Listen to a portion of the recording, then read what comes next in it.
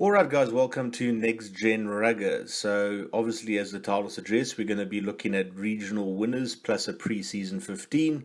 Now I know that the pre-season is technically over and some games have already taken place, but I don't have that much time to sort of do videos. So when I do get the opportunity, which is normally on a Sunday, I try and get as much as I can done for you guys. So thank you for your patience. And I can see the subscriber base is growing quite quickly, so I appreciate that.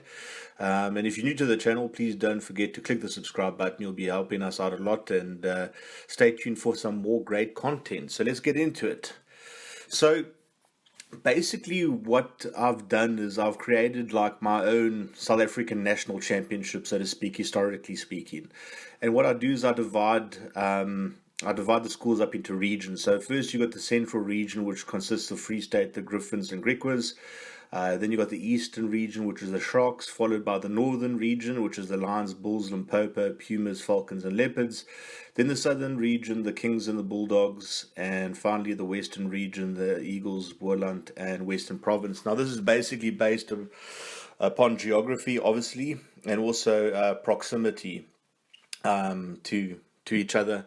I mean, for example, some could argue that the southwestern districts area is pretty much in the southern area, so it should encompass the sort of southern region. But at the same time, what you find with schools like Oakdale and Outeniqua, they generally play the Western Cape schools, so I had to put them in over there.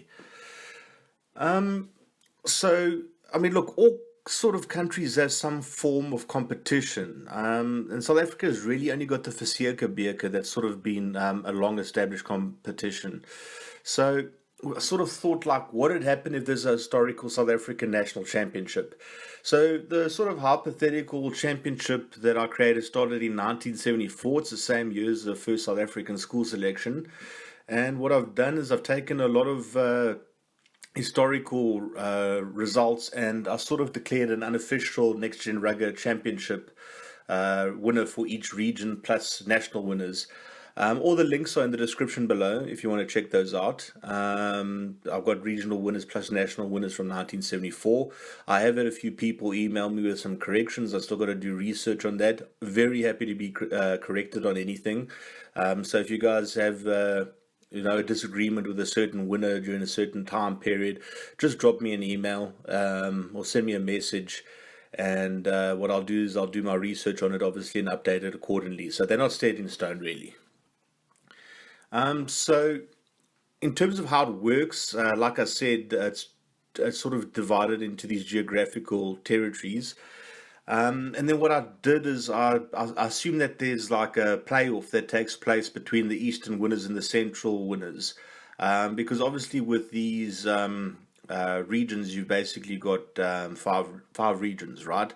So there would have to be a hypothetical scenario. Now, seen as the central region and the eastern region is like probably the least competitive, and I'm not saying the quality of the schools is low. I'm just saying that if you compare it to the other regions and also factor in traditional powerhouses, I think it would make sense if there was ever to be a playoff between the eastern winners and the central winners. And then after, what I do is I go onto a website called randomresult.com, and I randomly draw the teams, and thereafter I look back at historical results to sort of determine a national winner. So that's basically how it works. And then basically, what I found out recently, well, I mean, a couple of months back, is that there is a South African official championship in the works, which is some great news. Now, look, some people have expressed concerns about the format and all the rest of it, and you're going to get haters. But at the end of the day, if you want to complain about the format of something and say that this should happen and that should happen, just shut up and, don't speak too much. Just go out and spend your own money and do it yourself. I mean, the guys that are organizing this, it's not a small undertaking, and they're professional guys. So every idea that you've had, they've probably had as well. You know what I mean? It's just about executing it. It's the same as these guys that comment about the World Schools Festivals. Like, where's Auckland Grammar? Where's Blackrock? Where's this? I mean, do you think that the the organizers of the World Schools Festival, for example, do you think they go onto this channel and go, "Oh, look, Big Boy 1937 said we should bring Blackrock College over"? I never thought about that. That's a good idea. Maybe we should bring Blackrock College over. Of course, they're inviting all the top schools, but nothing is as easy as you think it is. So, the spirit and intention of what these guys is trying to do is the right thing. And I mean, look, it's another video for another day. Once I know more about this tournament and its structure and all the rest of it, I will comment on it a bit more. But in the meantime, just going to continue on, the format that I've got now to sort of crown an unofficial champion each year. So let's start off with the Central region. So in terms of regional history, I mean, I've got like every year Grey Bloom except for 2 years, basically. In the last 10 years, Grey have taken the Central region. Look, I don't make the geography, I didn't draw the borders, so, it is what it is. So in terms of the 2020 season, look, we're just going to be wasting time to talk further about it. I mean, Grey's a dominant regional team, and they're going to continue to be so for the foreseeable future. So obviously, Grey College, Central Region winners 2020, my prediction. Then we move on to the Eastern region, which is made up of basically the Sharks. And you can see historically very much dominated by Maritzburg, but in recent history, Glenwood have been the dominant school. But you can see it's a lot more competitive than the Central region. I think most competitions in the world are more competitive than the Central region. So I think in terms of 2020, I think it might be one of the most competitive seasons yet. There's a lot of schools looking really strong. I mean, a lot of these schools have developed their rugby programs very nicely. I mean, Westville's have got some great players. Maritzburg are looking good. And I think Glenwood as well every year. I think these are sort of your pack leaders, so to speak. Hilton's definitely not going to be a pushover. And I think it's going to be about moments of brilliance. And I sort of think that the team that has the players to produce these moments of brilliance has to be Glenwood. So my prediction for the Eastern Championship would be Glenwood. Moving on to the Northern region, as you can see, it's made up of a lot more provincial unions. But again, I don't draw the boundaries and I don't force everyone to go live in the northern area. So this competition, I mean, it's been between two schools mainly, and that's Uffie's and Monument, with Uffie's holding the edge. It's been basically split between a couple of schools over the last 10 years, and remember, this is all opinion-based. I know that Menlo Park won the Versierkebeker last year, but they did it without Monument or Gasfontein, for example, having their SA schools players. My hypothetical final last year would have been between Monument and Gasfontein, and Monument just edged that game out, so I gave them last year's trophy. In terms of 2020, there's going to be some great clashes in this conference, and Monas are looking very good. And it looks to me like Uffie's are also on the comeback trail. So the other thing to consider is Gasfontein's rugby program. I mean, they're developing a very, very strong rugby program. And I would always say, don't ever overlook Menlo Park and Alpmacan. I didn't even put Waterkloof over there. These are all schools that can spring a surprise or two. Now, we're also forgetting the English schools. I mean, Jeppe and Kes won't roll back for anyone. And Pretoria boys showed last year that they can always spring a few surprises. But if we had to give it to someone, it has to be Monas, guys. It has to be. I've talked often about this year being a two-horse race. I just spoke to someone that knows his rugby as well, and I mean, when we looked at the Monas team sheet, this is a good-looking team, guys. The only thing is that these long seasons, that's the only thing. I think these guys would have a much better win-loss rate if they weren't playing like 25 games in a season. But they got a lot of commitments, so what happens is that they often play far more games than a school rugby team should. But this year they're going to be unbelievable, and they're going to have some mouth-watering clashes. I think Paul Boys is going to be a great game. Paul Jim's going to be a great game. Obviously, the big one's going to be about against Grey College. So I've got Monas as my Northern region winners for this year. Then the Southern region, made up of the Eastern Cape teams. You can see very tight here. I mean, historically a very tight region. Last year, the final would have probably been between Grey High and Selborne. Grey High won that game just at home. And yeah, you can see Grey High on the lead. Overall, Selborne have come up over the last couple of years. Down Queen's 8 titles apiece, unofficial titles. And in terms of the 2020 season, look, St Andrews have shown that they're no pushovers. I mean, they're always producing quality teams, and I think Hudson Park are certainly dark horses in the region. They got high quality players.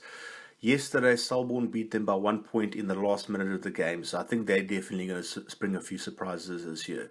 Now, also, Fransby are tough as nails. I mean, you got Brandon Wilkie, one of the top young players in the country there. You got Ruben Claassen at flank, great player. Queens have definitely improved this year. I think they beat Stirling quite comfortably yesterday, 33-0, I believe. And Dale College are always going to look to make their mark. But I think it's probably going to be between the region's 2 powerhouses of recent times, Grey High and Selborne. And that would be my hypothetical final. And I would have to give that game to Selborne College. And my major reason is they got quite a few players back from last year. I think under the leadership of old Josh van Vreden, it's going to be a very well-led team, very well-captained team, very motivated team, and this game will be taking place at Selborne this year. So that's my reasoning for predicting Selborne as the Southern Region champs for 2020. Western Region, probably the most competitive of them all. So in the last 10 years, we can see that it's been a sort of a mixed bag, but pretty much dominated by Paul Boys. I mean, you think about that Paul Boys era from 2015 to 27 under Sean Erasmus, they were just unreal. Poldrum lead the way at the moment with 18 trophies, Porus and Paul Boys 10 apiece, Bishops 4, and then finished off with Landbou Strand and Ronda Bosch. So the 2020 season. So look, along with the Super 8 and Auckland 1A in New Zealand, I think this could be the toughest schools competition on the planet. I mean, there's so much quality, it's just scary. I think Bishops are going to have their best team in over a decade, and look, the Wynand schools are always dangerous. Southern Suburbs schools are also going to push hard. Sachs are looking very good this year. So Wynberg, they've got some great players. And also look over at Durbanville and Stellenberg. I mean, they're definitely developing some great programs. But even though there's so much quality, to me, this year it's not going to be close because there's just one team in the region that on paper is just completely miles ahead of the rest, in my humble opinion. And that would have to be Poldrum. I mean, they've got like 7 or 8 players that could easily walk into the SA Schools team this year. It's a very, very, very strong year.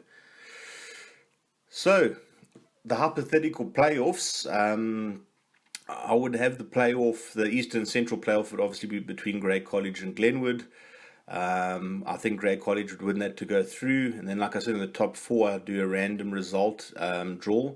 So the first game would be between Grey College and Selborne, with Grey College, I think, having the edge over there. And then Poldrum against Monument would be the other game, with Poldrum going through on that as well.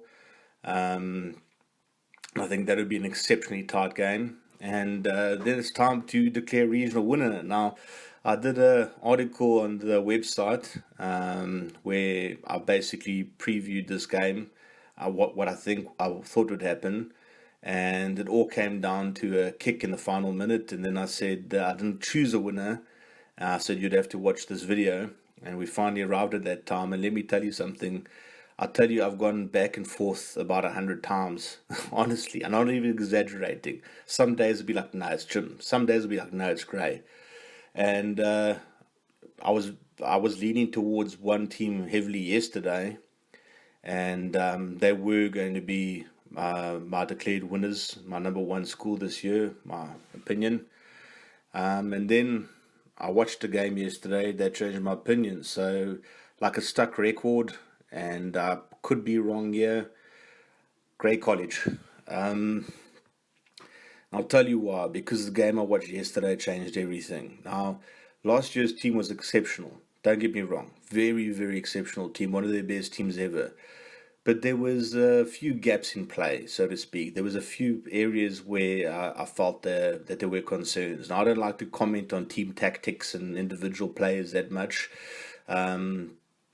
But let's just say one of the things that was letting them down was leaving points on the field, in terms of the goal kicking and all the rest of it. And then I saw a young kid yesterday named John Smith play, and he's the son of Franco Smith. You might remember his brother from the team 2 years ago, and this guy's just a very special fly-off. I don't think he'll miss many kicks this year, and he's only in grade 11. I think there's a high possibility that he'll be in the mix for the SA Schools team this year. I really think he's a special player, and I really think he's the type of player that can completely change a game. And then I saw a young prop, a grade 11, Alsa, I think that's how you pronounce his surname. He does not look like a prop. Does not look like a prop at all. Looks like the boy next door. But wow, what a game. It was like having an extra loose forward on the field, but one that could actually dominate in the scrum. I mean, Volcom Jim are no pushovers. But their grade 4 pack was deadly, and I thought that where Poldrum would have the advantage is the backline. But Gray's backline was great yesterday as well. I mean, I just look, last year they didn't hit the ground running against Volcom Gym. I think they won 29-0. They absolutely decimated Volcom Gym, yesterday. And I actually think it's a better Volcom Gym side this year than it was last year. That's scary. So I just, look, again, I could be wrong. I've made good predictions. I've made terrible predictions. But just after that game yesterday, I think Vessel du Plessis is almost like a fine wine, so to speak. I mean, this guy just gets better each year as a coach. It's crazy because, there were shortfalls in their game last year. There definitely were, but they've been cleaned up, guys. I mean, they're going to be very, very dangerous again this year. And like I said, I could be wrong. You never know what can happen in a season. There can be injuries. There can be all sorts of issues. But from what I've seen so far, even in one game, it's scary. So that's my prediction. I'm going to stick with it, even though I went back and forth between Grey College and Poldrum 100 times. They're going to be playing at the Wilderklaver Festival anyway, so we'll know more then. That'll be sort of an unofficial championship. Of course, they're going to be playing Monas as well, who are going to be fantastic this year.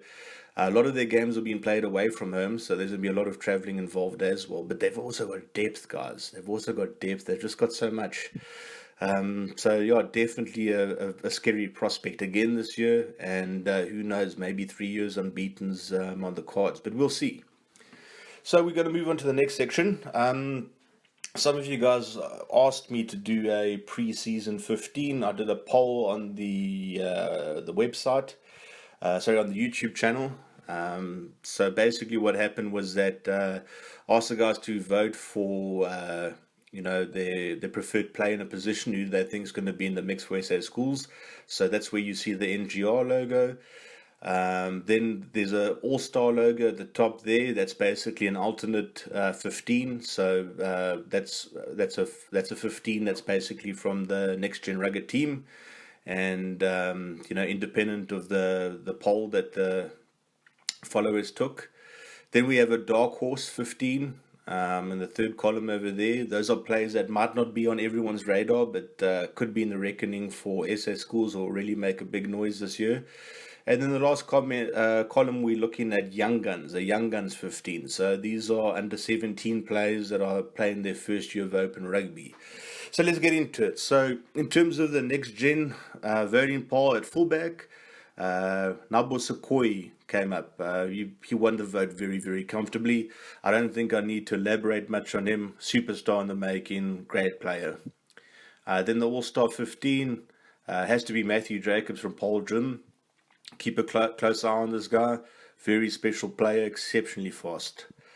Dark Horse 15, Duran Kuvot from Sax. We did a highlight video on him, and going through the footage, it was just crazy to see how this guy can create something out of nothing. I think he's got a big future in the game, and definitely look forward to seeing him play this year.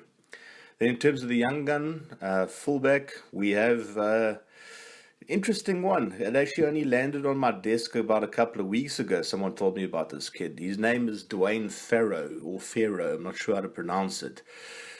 Obviously, when you don't go to one of the bigger schools, it's very hard to get the sort of exposure that's needed, right? So he goes to school in Grahamstown called Kingswood. And someone sent me a few stats on this guy to say I was blown away is sort of an understatement. This kid runs 100 meters. I think I could be wrong, but it's like 10.3 seconds. Apparently, he's the second fastest kid in the country in his age group. Not only that, apparently he's an EP cricketer. Not only that, apparently he's an EP hockey player. This guy told me a story that when this guy was under 15, he went to the EP Athletics Championship, won the 100 meters, got on a bus, came back to school, got changed into his cricket kit. Then he hit 100 runs and took 5 wickets in a game. Now, I can't confirm this 100% because it sounds like some crazy story, but if it's true, we got a very, very special athlete on our hands here. And I think if he went to one of the more traditional powerhouses, we'd have definitely all heard of him. So just keep a close eye on him. I know that he played at Grand Como last week, scored a couple of tries, and this Saturday on... This Saturday is the Graham Rugby Day on School Sports Live, so let's see if he's in the starting lineup. Be very interesting to see, but definitely a very interesting player. So we've gone to the first group of wings. So the fans poll, Kerwin Goetze was at the top. He got about 47% of the vote. In terms of an All-Star 15, have to look no further than Luke Berger from Porus, great young player. Dark Horse is a Zimbabwean youngster from Oakdale, Tino Singe. A lot of pace, a lot of power. Going to be a big season for him. And in terms of a young gun, 15, we got Suleiman Hartzenberg, and he's playing at Bishops. Then let's move on to the second group of wings. The fans voted for Pascal Akeji. I think he got like almost 70% of the vote. Now, this guy can play center as well. Built like a brick, and got a lot of pace. I mean, he made a big difference when he came on the field yesterday, so I think he's got a very exciting future ahead of him. And just to show you how strong Grey were, he was playing second team yesterday. By the way, before I forget to mention it, guys, if you want to watch the Grey College game from yesterday, the link will be in the description below. You can go into DigiTV and you can watch the Grey game on there.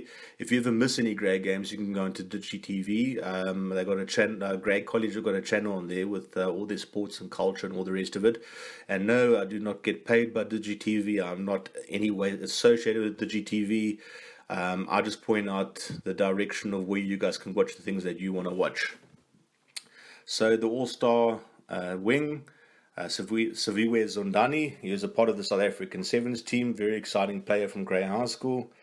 Then the Dark Horse, Larry Nkonki from Westville, very exciting player. Keep a close eye on him. I think he's definitely going to be amongst the tops in the try-scoring charts this year.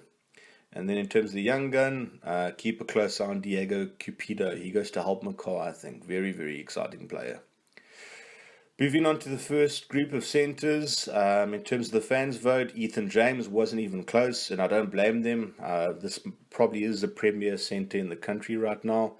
In terms of an all-star selection, Mambo Mkize from Westville. Westville going to have a very exciting backline this year, and this guy's going to be one of the leaders, so keep a close eye on him. Dark Horse, Mikey Ford. What a special player this kid is. When I did the Next Gen Rugby highlights competition, normally what I do is I like to keep quite a bit of information on other players to follow them. And with Mikey Ford, it wasn't hard at all. I mean, this guy's an exceptional centre, and I'm telling you now, he's probably one of the most underrated players in the country right now. Then in terms of young gun, keep a close eye on Waldo van der Berg. I'm not 100% sure he'll definitely be in the first team this year, but Monners are very strong. But definitely keep an eye on him. He's a very big talent. Second group of centres, the fans voted for John du Toit. Ethan James is likely centre partner this year. Look, guys, Boldrum are going to have a deadly backline this year. And this guy's also another very underrated player. But I'm not surprised that all the guys voted him in. He's a very special player. Then in terms of a dark horse, you got Connor de Bruyn from remember the All-Stars. You got Connor de Bruyn from Kersney. I think he was part of the SA Sevens team that recently won the Capricorn Festival, if I'm not mistaken. He actually used to be a loose forward as a youth player, and now he's moved over to he's moved over to centre. And what a move it's been. Very promising player. Then a dark horse, but you can't even call him a dark horse anymore, really, because old Jordan Fent has signed for Edinburgh. So yeah, he's going to be playing his rugby in Scotland next year, and the announcement went onto all the social media channels yesterday. So he's not really an unknown quantity anymore, and I got him confused as a lock last time. Can you handle it? Yeah. So basically, what happened is, look, I mean, guys, doing a lot of this stuff is hard work. You know what I mean? Trying to find out all the information and to retain all this information is extremely tough. So a lot of the time, I rely on people to send me info, and then someone sent me info on this guy. I saw a picture, I saw his stats, I saw like a little scouting report that someone had done of him, but they left out the position. So first thing I did was I went on to Google, I typed in Jordan Fenter, Porterus Rugby, blah, blah, blah. And I just saw an article that said, yeah, the young lock from Porterus, Jordan Fenter, okay, great, put him down. Then the youngster sent me a message and said, yeah, look, I'm a centre, pal. I was like, oh, shit, of course. Of course I'll get that wrong. But anyway, yeah, look, this guy's definitely someone to watch this year. Like I said, not really a dark horse anymore because obviously he's been snapped up by Edinburgh. Now, the problem as well, once you announce that you're going to an overseas club this early in the year, the SA school selectors are basically going to be, turning the eye in another direction. So it's quite a risky thing. But who cares if he makes it makes SA schools or doesn't make SA schools? At the end of the day, he's got a professional contract with a team in Scotland. I've been to Scotland a couple of times, not my cup of tea.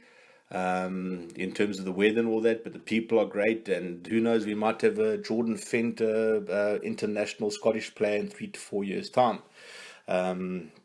Another one lost to SA Rugby potentially, but it is what it is.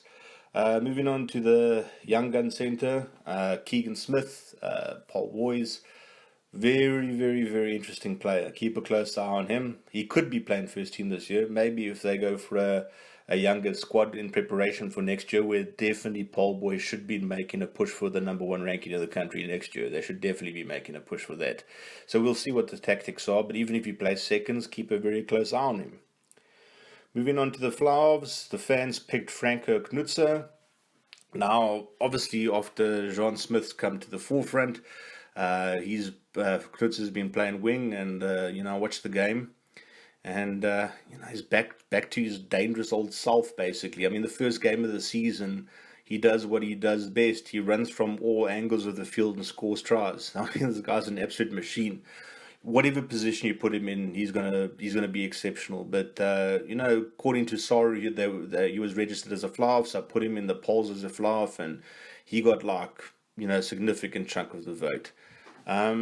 But he was followed in second place by who I selected in the All-Star team, and that's another special player, Sasha Ngomazulu. Bright talent, amazing future ahead of him. Just plays with a swagger and confidence that belies his young age. I mean, it's like if you're born with that special talent, you're just going to be basically playing off instinct and doing what you feel is right in at the moment, and he does it. And very special player. I mean, you just put him down for SA Schools FLYHALVE this year. I mean, it's done. He's definitely going to be there. In terms of a dark horse, Kian Davies. He's from Rondebosch, I believe. Very, very interesting player. I think got a great future ahead of him as well. Playing in the tough Western Cape League, but he did very well last year, and I think this year he's definitely going to be looking to make his mark on the game. In terms of the young gun, I've talked about him before, Kompion von Ludwig. Very, very good player from Paul Boys. Guys, keep an eye on him. He should be the starting pivot this year. I'm hoping he will be, because I'm really, really looking forward to seeing him play. Very, very special player. In terms of scrum halves, the vote went to JD Olivier. Very, very good scrum half. As you guys know, he was part of the first team last year, a very important part of it. The All-Star selection went to Nico Steyn. I've spoken about Nico Steyn I don't know how many times. You guys must be pretty sick of it now, but you know just how much I rate this guy. In terms of a dark horse, now it's going to sound strange to put a pole gym player in as a dark horse, but I mean, there's been a lot of discussion around Bradley Davids, and he's a very special player, and I think this could be a breakout year for him. I think he could be in the mix for SA Schools, so we'll see. But yeah, like I said, I put him down as a dark horse because not many people are actually speaking about him. Then in terms of the young gun, very special player we got here, Neil LaRue from Oakdale. Oakdale are going to be deadly next year, and this is going to be one of the guys leading from the front. Look, he could even be in the mix for SA schools this year, I think. I know we only picked 3 scrum-halves, and I mean, he's got tough competition ahead of him. But, just watch him. I mean, I don't need to talk too much about this guy. Well, just watch him and you'll see what I'm talking about. Very, very special player. Moving on to the loose forwards, Group 1. Renzo Duplessis got the vote in the poll. Spoke about him, done a highlights video on him. You know how much we rate him here. In terms of all-star selection, Cameron Honeycomb looks like a very, very special player. Dark Horse, Damon Royal from Grey High. Definitely expect a breakout year from him. Definitely should be in the Craven Week mix. Definitely expecting big things from him. In terms of young gun, this guy is special. Abu Lele Ndambambi. Forgive me if I butchered your name, Paul, but very, very good player. I think he was the captain for Paul Boys last year, and they were an exceptional team last year. This guy's definitely got a very, very bright future in the game. Group 2 loose forwards. The vote went to Low Null on the Next Gen Rugger YouTube channel. Paul Jim, definitely going to be a key part of the team this year. In terms of all-star selection, Reynald Mouton from Monument, very, very solid player. Definitely looking forward to seeing him play this year. Absolute beast, and definitely should be in the mix for the SA Schools team. In terms of a dark horse, keep an eye on Willie Porchetta from Uffies. Definitely got a good future ahead of him. And then finally, the young gun Gerrit Okkese from Glenwood. Plays with no fear. Not the biggest guy that you'll ever see, but heart of a lion. Definitely keep an eye on him. I think he should be in the mix for the Glenwood first team this year. Final group of loose forwards. The fans' vote went to Sizonke Vumazonke, and he's just been named Grey College captain for the 2020 season. So congrats to you, Mr. Vumazonke. I think he's the first player of colour to captain Grey. Tremendous honour, and it couldn't have gone to a more deserving athlete. Definitely looking forward to seeing a lot more of him this year. And if he is the Grey College captain, obviously that means he's going to be Cheetah's captain. And depending on the Craven Week, we could be looking at an SA Schools captain over here, guys. In terms of the All-Star selection, Josh van Vreden from Selborne. Spoken about him quite a bit. You guys know that we're a fan of him over here. Definitely think he's got a bright future ahead of him. And will be leading Selborne from the front this year. Dark Horse, Eric Besson. I think he goes to Paul Jim. Like I said, it's hard to keep track of all of this, but someone sent me stats as well the other day. Keep a close eye on him. Very special player. In terms of the young gun, Paul de Villiers, he's another Oakdale player, and Oakdale are going to be deadly next year. It's going to be so interesting to see them, Paul Boys and Great College go at it next year. I think next year Oakdale are going to have one of the best ever teams. And this is one of the Warriors that will definitely be leading from the front. In terms of the locks, obviously the vote went to Connor Evans. He was our #1 ranked prospect for 2020, and for good reason. Exceptional athlete, exceptional leadership. We'll definitely be hoping to lead Bishops from the front this year. They got all the ingredients to have an unbeaten season, so let's just see how they do. All-star selection, Reinhard Kraus from Paul Jim. Very good in the lineouts, solid player, doesn't stand back for anyone physically. The whole thing with Paul Jim is that their amazing backline overshadows their forwards, but they've still got some exceptional forwards, guys. In terms of the dark horse, Cornelius Ferrell, I believe he goes to Oakdale as well. Built exactly right for a lock, great in the line-out, tough guy, and I'm told through some guys in the industry that apparently this guy as well is a very hard-working young guy, and they definitely believe he's got a bright future at the top of the game. In terms of young gun, Luca Ribbons. Now, again, like I say, I get sent all sorts of information, so I said that he can play loose forward or lock. From what I'm told, lock is his position, and I believe that his old man apparently played quite a high level of rugby. So, the whole apple that doesn't fall far from the tree thing works out in this scenario. And yeah, he's going to be definitely one of the guys to watch out for this year. I'm not 100% sure he'll be in the first team, but he should be there and thereabouts. And just look out for him this year. And next year, he's definitely going to be one of the star players. Second group of locks, the NGR vote went to Marco de Wit from Boland Landbou. Now, we've done a highlights reel on this guy before. What a absolute beast in the line-out. Very, very strong in the line-out. Very good in open play. Got a very good work rate and definitely a bright future in the game. Plus, he's a humble young guy. You know what I mean? But yeah, when I did his highlights video, one thing that did make me chuckle a little bit, he asked me, are you a company or are you some kid that's doing this as a hobby type thing? I was just like, you little bastard, who are you talking to? No, I had a little laugh, with it. But yeah, technically a company looking to develop a couple of things to help out youth rugby. Like I've said to you guys before, I've been based in Asia for close to a decade, doing business and all the rest of that over there. I'm in South Africa for a little while. And, guys like Marco de Wit and other players, I definitely want to give them the maximum exposure so they can get contracts all over the place, because we just got so much talent in this country and I'd love to see them reach the potential. So the all-star selection was Henk Goos from Glenwood. He's a big boy, very big boy, and I think he's definitely going to be part of quite a physical Glenwood pack this year, so it should be interesting to see him. And then in terms of a dark horse, Reynard Ludwig, he's an Affie's boy. Obviously, they're centenary this year, so they're going to be under quite a bit of pressure, but I definitely think they developing their rugby program quite nicely this year, and I definitely think that there's going to be a lot more to see from Affies in the next couple of years. But this guy's a very, very good player, and keep a close eye on him.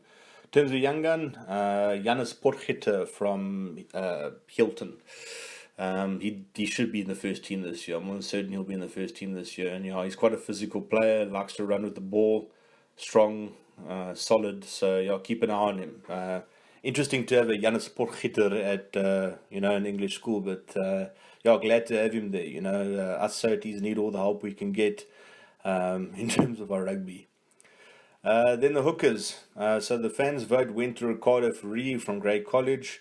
Last year he was playing as a loose forward at a lot of games. That just shows you the depth they've got, but I think it prepared him nicely, got him some experience for this year, and he had an absolutely great game yesterday.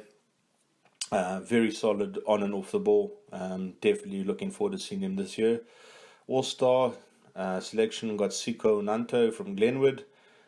Tough little guy this. Well, not really little, but tough young guy this, so to speak. Definitely looking forward to seeing him and the Green Machine move forward. In terms of a dark horse, keep a close eye on Tian Lange from Menlo Park. Not only because of the name, but also just because of the build and how he plays. He almost reminds me of like a young Tian Liebenberg. I don't know if you guys remember the Stormers hooker. So, looking forward to seeing him play this year as well. And in terms of young gun, keep a close eye on Gustav Loubscher from Boland Landbou. This guy's a little tank.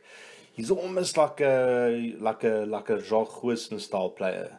He likes to get physical. He likes to go after people. And solidly built. I mean, all these farm boys are, Boland Landbou. It's a Boland Landbou boys, so they always like the physical interaction, these guys, and this is one of the top proponents of it. I can't wait to see him and Marco de Wit, basically work together this year. I think it'd be great to see. Then our first group of props, the fans' vote went to Heiko Pullman from Monument. No surprise there. You know how much we rate him over here. Exceptional prop, great in the loose, powerful. Definitely going to be part of a very potent front row this year. I forget what his partner's name might be. I think Bessinger might be his partner this year at prop. Also a solid player. In terms of all-star team, Sebastian Lombard.